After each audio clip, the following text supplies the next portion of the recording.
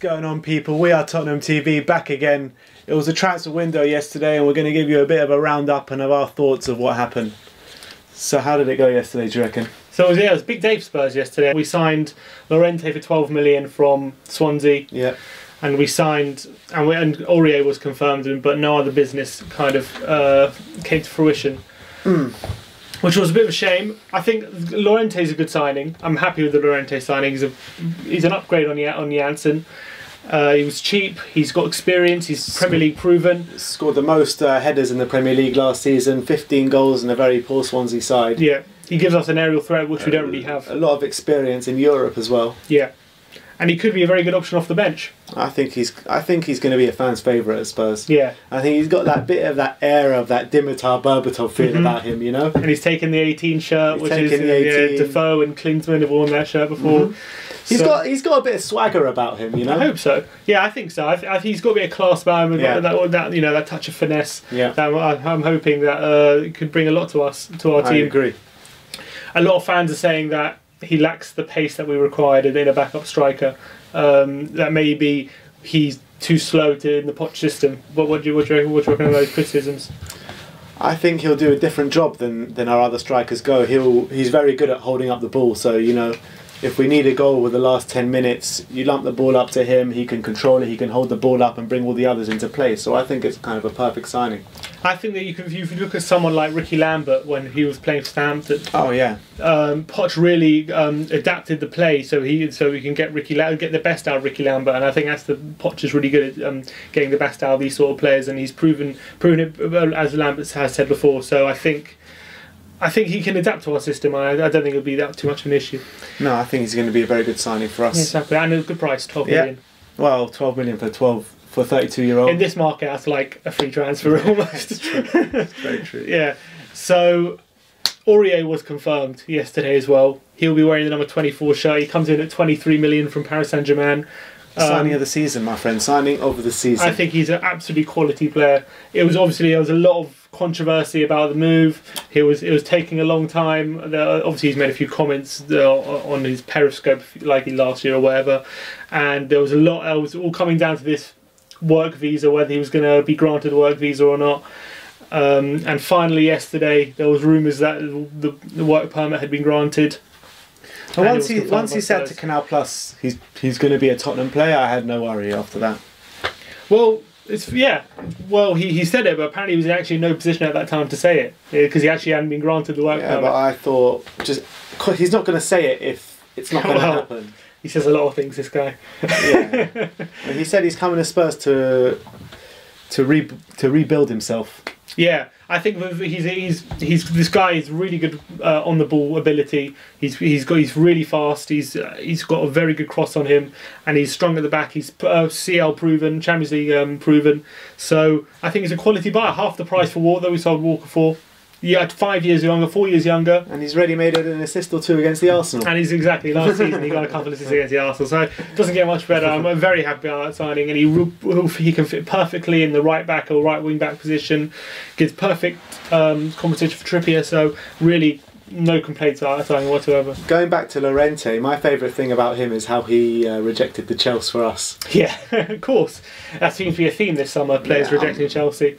Well, you know, what goes up must come down. Exactly. Let's hope. Yeah, because they were going after karma for them anyway. I hope so.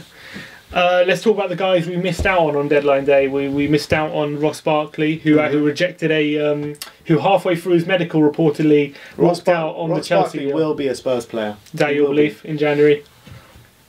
I think it actually makes sense if you think about it, because apparently he has an injury that's going to rule him out to around November, December time anyway. Yeah. So we might as well buy him in January for half the price, or then pay 35 million now when he's going to be out to November anyway.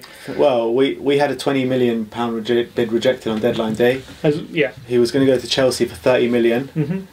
And he walked out the medical. He walked out the medical, and apparently it's due to Everton not accepting a bid from Spurs, and he really wants to play under Pochettino. That's what the reports are.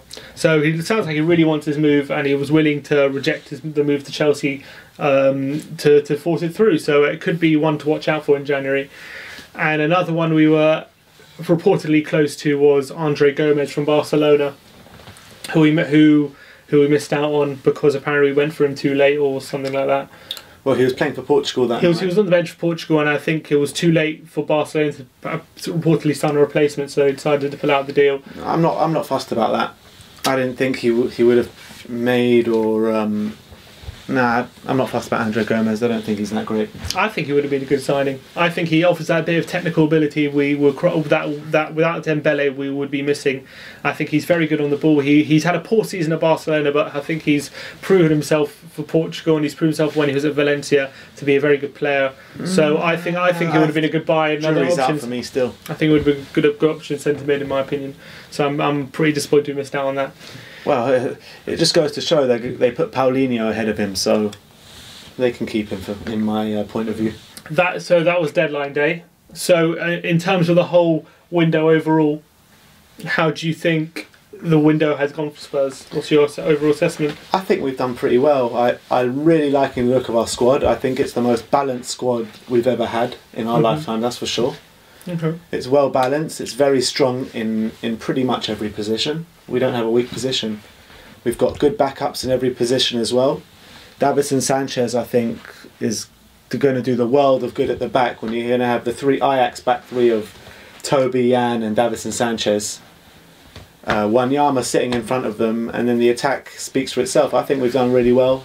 I'd probably give it a 7 out of 10. 8 or 9 out of 10 if we would have signed a pacey striker or attacking midfielder and someone like Origi. Yep. I really wanted Origi, Moussa Dembele, Awesome. Someone like that.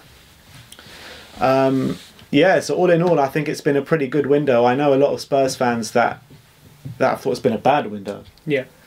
But I just don't see it. I think we've improved in a lot of positions. I think our depth is looking good. And once we get Rose and Lamela back from injury, I think we're looking like a really strong side. I agree with you in terms of getting Rose and Lamela back there. That really improves the side. I would say it's been a decent window. I would probably give it around a 6 out of 10. I would say we've upgraded Wimmer for Sanchez. I would say Walker and Aurier is probably like for like. I wouldn't necessarily call that an upgrade, but it's a like for like. And Llorente and Janssen is probably an upgrade. But we kept Janssen. And we still kept Janssen. Didn't mention that. We have 3 strikers in the squad for the first time in how long time? Yeah, probably. since Fraser Campbell was on the probably. But in terms of that issue of having pace off the bench that we suffered from last season, we still have Nkudu, Sissoko and Son, who are probably our most pacey attackers. Is that enough for it to change a game? Remains to be seen. And if you add pace in there with Llorente up front holding up the ball. Well, let's hope Llorente can really prove to be that game changer off the bench. I think he can. That we need, and he can get a few goals because he's a class striker. But because also there are a lot of games when we're not clinical enough, and I think Llorente will help that a lot. When teams are sitting deep, he can really be that player who can just nick one off the head as well. That's one thing that Llorente is very good. He's an aerial threat, which for all Kane's strength and power, he doesn't score that many headers, unfortunately. And Llorente, he scores his fair share, but Llorente a few. But Llorente is a masterclass. He's a different animal in the air. Yeah. But I would say I think we've improved the squad in terms of quality, but in terms of depth, I think it's still a bit lacking. I would say. I say with that pacey attacking midfielder or striker away from a near perfect squad. So we've improved 3 players, but in terms of the actual depth of the squad, I think it's pretty much the same depth. I would say. Yeah, but I think we only looked short last year because of all of our injuries. Yeah, hopefully we won't have that many injuries this season. So we had a lot of injuries last season. That's why we look so short in depth. When you actually look at it, we've got 2 players for sure in every position, and maybe 3. I just worry if say Dembele gets injured. That's why we should have kept Onuma. Yeah. Onuma was perfect. He was ready to play football. Mm-hmm. He's playing at Villa. He's smashing it out. He's had 3 or 2 good games in the World Cup in the summer for the under-20s. He smashed it out. He looked the most mature player in the whole tournament. Yeah. And I thought it was going to be his season at Spurs this season, but it wasn't to be. But anyway, we got Winks. We have Winks. Winks is a good player. Can we rely on him, though? Can we rely on Harry Winks? Yeah, I think he shows lots of promise. I think we can rely on Harry Winks. because Dembele. The problem I see with just Dembele, his fitness issues are a real problem. Because he's he's getting a bit older and he. But Eriksen played in that position a bit last season. Yeah. So. He only played a bit though. You wouldn't want Eriksen there. I thought he didn't look too bad. He can do that kind of Modric role. Yeah, potentially. It's potentially an option. But that's why I thought Andre Gomes would have been a great signing. Just because also if Eriksen gets injured, we lose so much creativity, I feel. Yeah, well, we'll have Barkley in January, so it'll be all right. It should be okay. We should be able to last till January. But I think if we got a pacey attacker or another centre mid, I think that would have been the perfect window. I think it was a good window, decent window, but I wouldn't call it better than 6 out of 10 in my opinion. Better than the sinking ship down the road. Yeah, I think so. they're in a real They're in a real trouble at the moment where they're going. But man, all the stick that they've given us over the years, man. It's fun. It's fun at the moment. I must say, we're enjoying I'm loving it. But anyway, so it's been a good window. We're excited for the season. Obviously, excited to see how Llorente and Aurier and Sanchez get on. Obviously, we've got Foyth and Gazaniga as well, but we probably won't. I doubt we'll see much of them this season. Gazaniga, we probably won't see at all this season unless Lloris or Vaughan gets an injury. And Foyth, we'll probably see him in the League Cup or the FA Cup. Yeah, in centre back. But I think the squad's looking strong, so very excited to see how we get on in the Champions League, obviously massive group, and the Premier League. So looking forward. Well, there's our thoughts. Come on, Spurs!